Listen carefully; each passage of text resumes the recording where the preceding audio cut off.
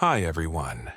In this tutorial, I'll show you how to create smooth zoom in and zoom out effects in CapCut PC. Let's get started.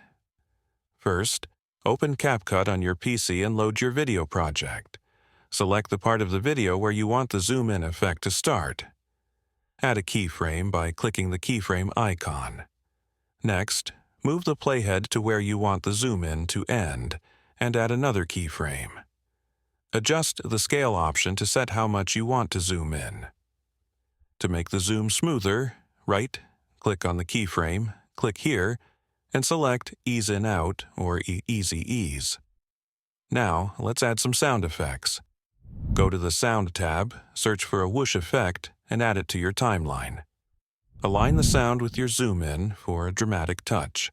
For a zoom out effect, repeat the same process. Add keyframes at the start and end points, lower the scale value for the zoom out, and smooth the transition by selecting Ease In Out. Don't forget to add another sound effect to match the zoom out, and that's it. Now you have smooth zoom in and zoom out effects for your video. If you found this helpful, please like, share, and subscribe for more editing tips. Thanks for watching.